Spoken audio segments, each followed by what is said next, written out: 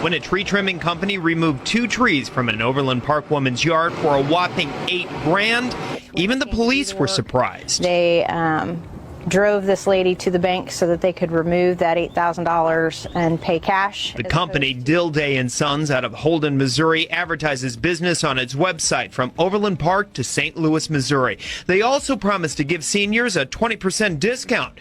Family members of the homeowner called Overland Park police when the crew showed up again recently to remove the tree stumps for an additional $1,000. That further business